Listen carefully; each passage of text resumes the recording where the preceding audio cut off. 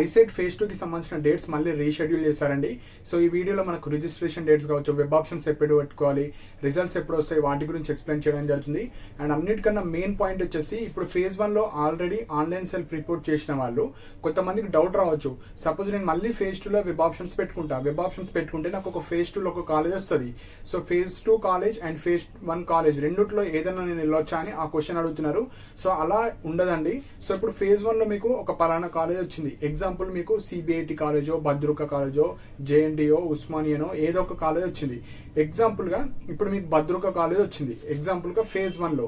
Suppose ఇప్పుడు phase 2 లో Bhadruka college కన్నా బెటర్ కాలేజ్ మాత్రం మీరు పెట్టుకోవాలి. భద్రుక కాలేజ్ కన్నా కింద కాలేజ్ పెట్టుకోవచ్చు అంటే పెట్టుకోవద్దు.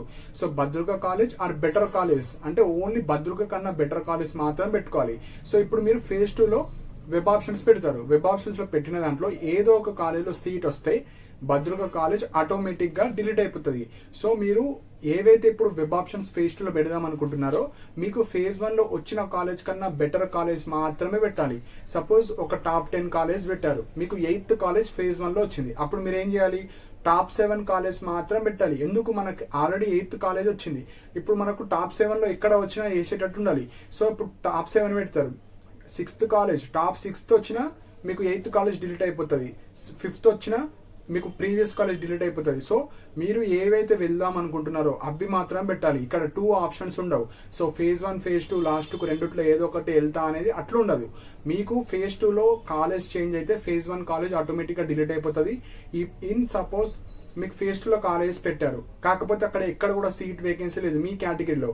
సో ఫేజ్ 2 లో సీట్ రాకపోతే ఫేజ్ 1 కాలేజ్, సో ఫేజ్ 2 లో you are allotted same college or phase 1 లో ఏదైతే కాలేజ్ ఉంటుందో అదే ఉంటుంది. సో ఇక్కడ 2 ఆప్షన్స్ ఉంటాయి. మీకు ఉంటే పాత కాలేజ్ ఉంటుంది, కాలేజ్ చేంజ్ అయితే ఫేజ్ 2 కాలేజ్ మాత్రమే ఉంటుంది. సో ఇది చాలా చాలా ఇంపార్టెంట్ పాయింట్.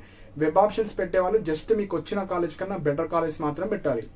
సో ఇప్పుడు ఐసెట్ కి సంబంధించిన ఫేజ్ 2 డేట్స్ అయితే చెప్పడం జరుగుతుంది. సో ఫస్ట్ పాయింట్ వచ్చేసి ఇందులో ఎవరెవరు పార్టిసిపేట్ చేయొచ్చు అంటే ఐసెట్ ఫేజ్ 1 లో పార్టిసిపేట్ చేయని వాళ్ళు కావచ్చు, రిజిస్ట్రేషన్ చేసుకొని వాళ్ళు వాళ్ళందరూ పార్టిసిపేట్ చేయొచ్చు.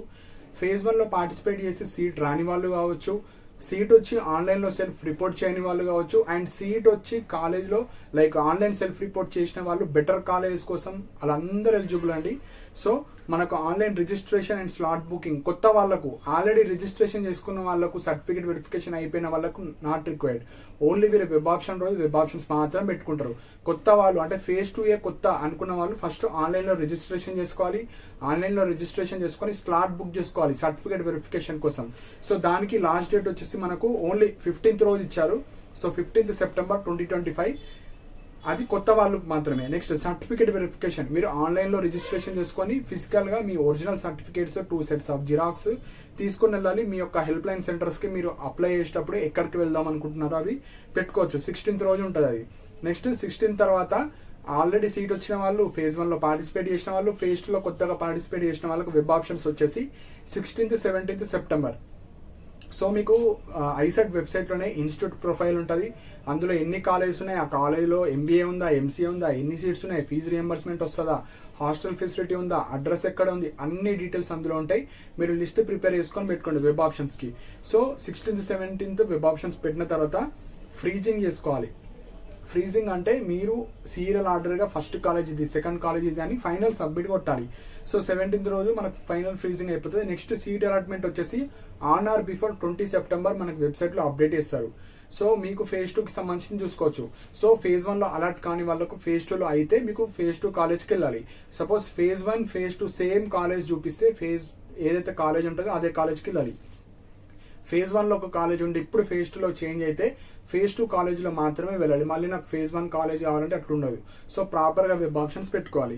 సో మళ్ళీ tuition fee, online self reporting, college change అయిన వాళ్ళు కావచ్చు అండ్ కొత్తగా సీట్ వచ్చిన వాళ్ళు 20 to 22 September అంటే 20, 21, 22 మీరు ఆన్లైన్ లో సెల్ఫ్ రిపోర్ట్ చేయాలి. అండ్ కాలేజ్ రిపోర్ట్ కూడా వేయాలి. సో ఫేజ్ 1 లో సీట్ వచ్చిన వాళ్ళు, ఫేజ్ 2 లో కొత్తగా సీట్ వచ్చిన వాళ్ళు ఫైనల్ గా మీకు ఏ కాలేజ్ అయితే ఉంటుందో ఆ కాలేజ్ కి with original certificates 2 sets of xerox కూడా మీరు తీసుకొని వెళ్ళాలి, ఆ కాలేజ్లో జాయిన్ అయిపోవాలి.